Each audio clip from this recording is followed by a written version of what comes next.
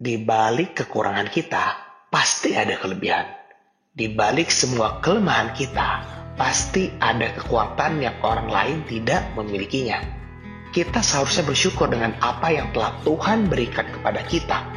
Mungkin kita tidak sadar dengan kelebihan kita itu sendiri, tapi dengan rasa syukur yang akan menyadarkan kita bahwa kita memiliki kelebihan dan kekuatan.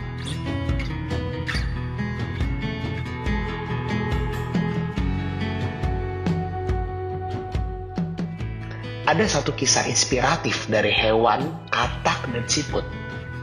Segerombolan siput yang ingin mencari makan di tempat yang lembab, di tempat yang sama dengan segerombolan katak yang meloncat-loncat.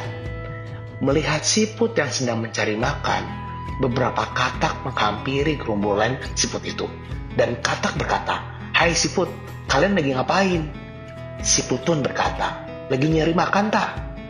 "Oh, aku kira lagi tiduran. Kok pada diam aja, gak gerak-gerak?" Sambil tertawa meremehkan siput karena pergerakannya lambat. Lalu salah satu siput berkata, "Katak, kamu enak sekali ya, bisa loncat ke sana kemari. Aku boro-boro loncat, jalan saja aku sangat lambat, ditambah beban cangkangku yang sangat berat." Kemudian katak menjawab dengan sombongnya, "Iya dong, aku bisa berjalan dan meloncat dengan sangat cepat. Bahkan untuk mencari makan, aku sangat mudah mendapatkannya. Sedangkan kamu, jalan terlalu lambat, nyari makan aja sulit." Kata-kata itu menertawakan siput-siput itu.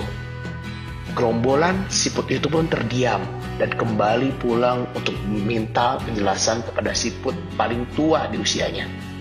Salah satu siput kecil bertanya kepada siput tua itu, "Kakek siput, apakah kita hanya ditakdirkan untuk menjadi hewan yang paling lemah dan menyerah begitu saja ketika keadaan kita terancam?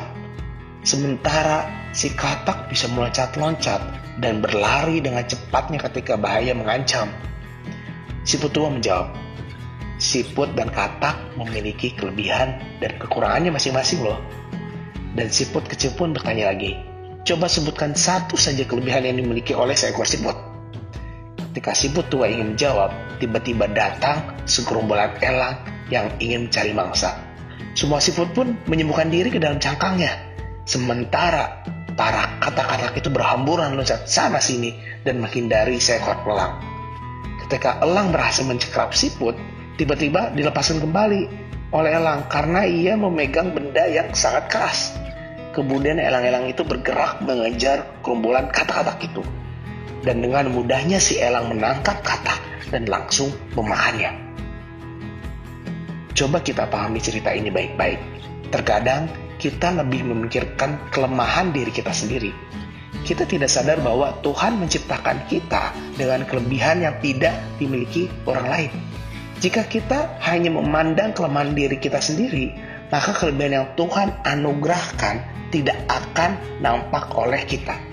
Yang perlu kita lakukan adalah lakukan sehebat yang kita bisa, bukan melakukan kehebatan yang orang lain lakukan.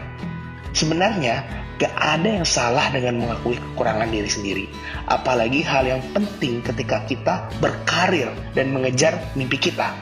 Ketika kamu mencoba menutupi kekurangan kamu akan terbatas dalam pencapaian target kamu.